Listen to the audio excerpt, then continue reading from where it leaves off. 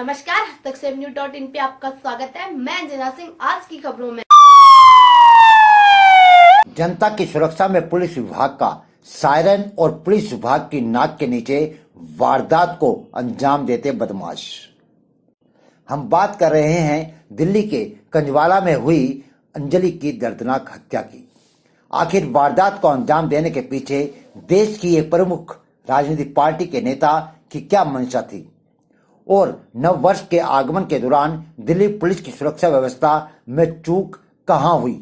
आखिर बदमाश अंजलि को 15 किलोमीटर तक गाड़ी के नीचे घसीटते कैसे ले गए और इस रोड पर न तो कोई पुलिस की गश्त नजर आई और न ही कोई भी पुलिस का बैरिकेड नजर आया।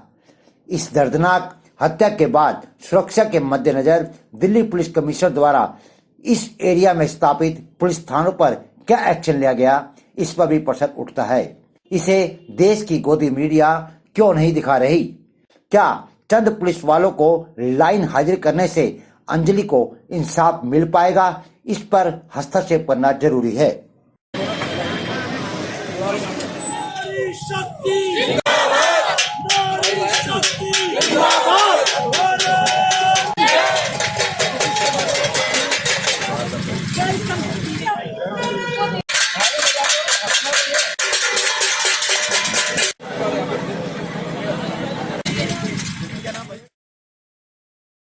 यह थाली कोरोना महामारी को भगाने के लिए नहीं बजाई जा रही, जिसका आदेश कभी भारत सरकार ने दिया था।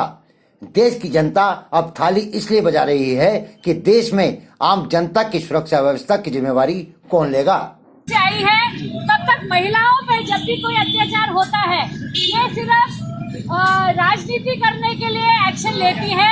जब आरोपी हिंदू हो या उनका आपका सपोर्टर हो तो वो चुप हो जाते हैं।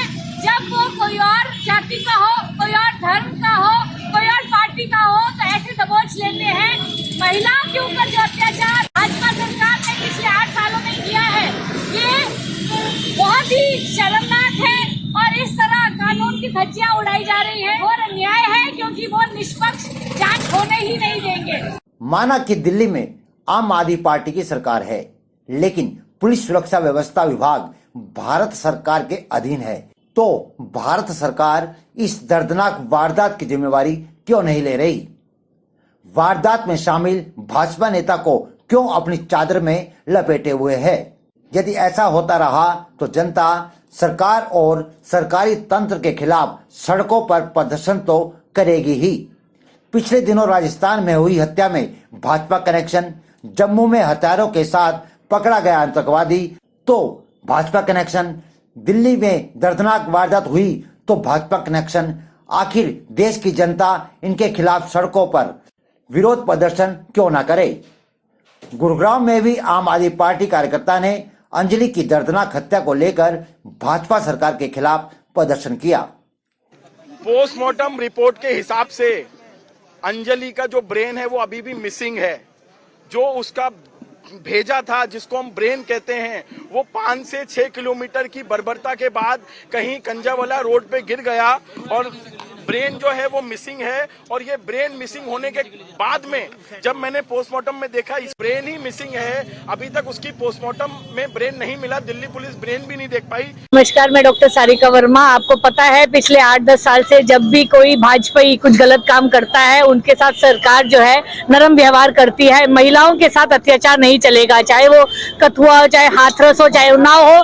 जब उनका एमएलए इन्वॉल्व होता है तो चीजें शांत हो जाती है। अगर कोई दूसरी जाति का, कोई दूसरे धर्म का आदमी होता है तो ये सारे 15 दिन ब्रेकिंग न्यूज उसी पे चलाते रहते हैं। महिलाओं की सुरक्षा से ये राजनीति नहीं चलेगी।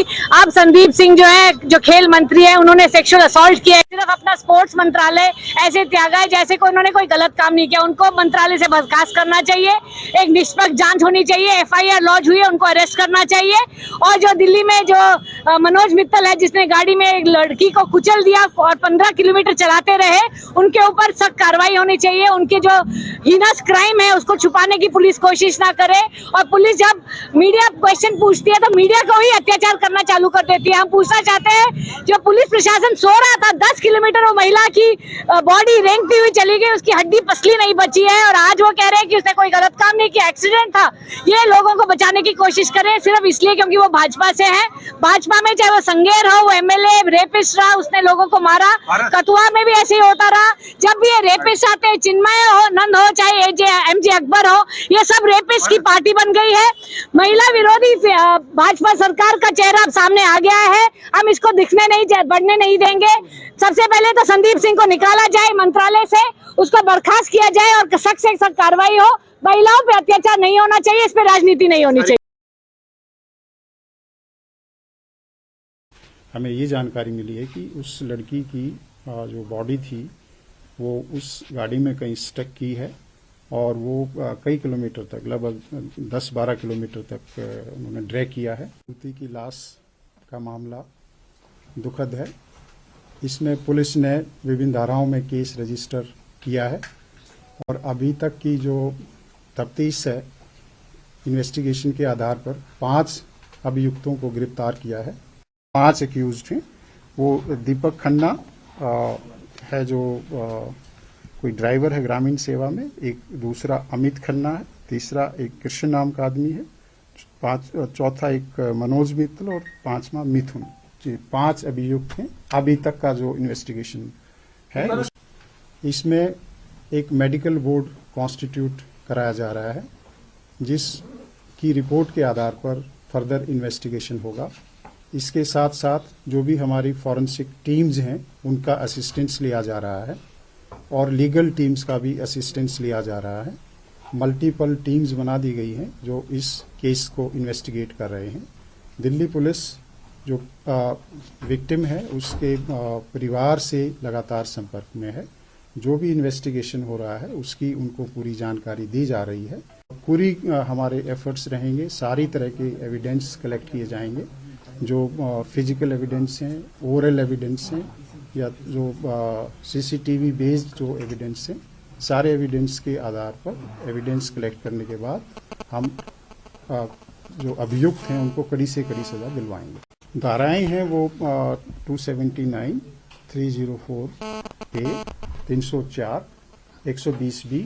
अभी तक इन धाराओं के तहत इन्वेस्टिगेशन हो रहा है।